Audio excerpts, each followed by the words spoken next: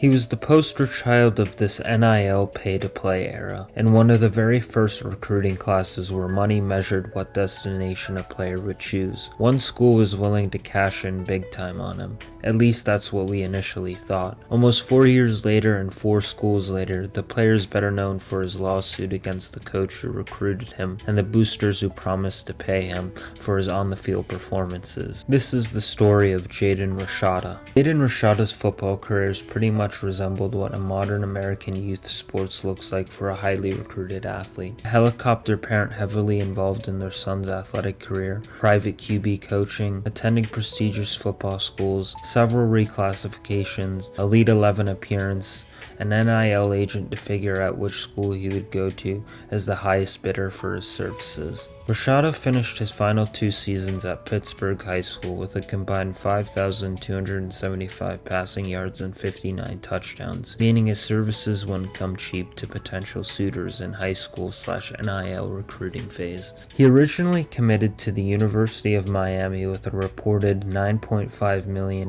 deal instead, but then the University of Florida swooped in with an even more lucrative offer of $13.58 million that simply couldn't be resisted, which sounded good on paper until it didn't. On December 21st, 2022, Rashada signed his national letter of intent, and quickly after that, things went south. Florida terminated his NIL contract and released him from his NLI soon after, beginning a years-long lawsuit involving Rashada, Florida staffers, and collective members. When things fell through with Florida, Rashada spurned Gainesville and found himself at his father's alma mater, Arizona State. Since then, Rashada's collegiate football career has been nothing short of a whirlwind. He started a handful of games at ASU, got injured, missed the rest of the season, left ASU after being told there would be a QB competition, transferred to the University of Georgia, then to Sacramento State where he lost the starting QB job, and then re-entered the portal once again, this time landing at Mississippi State. Eventually, Rashada would reach settlement in his lawsuit involving Billy Napier and others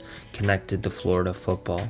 But in the grand scheme of things, was it worth it to chase the big time money? He was supposed to be the QB who would lead his school to a national championship, set records, be in the Ring of Honor, and have his jersey retired, or maybe even get a statue one day. Instead, his legacy is remembered as the first collegiate athlete to sue his coach for a tumultuous NIL contract saga with Florida.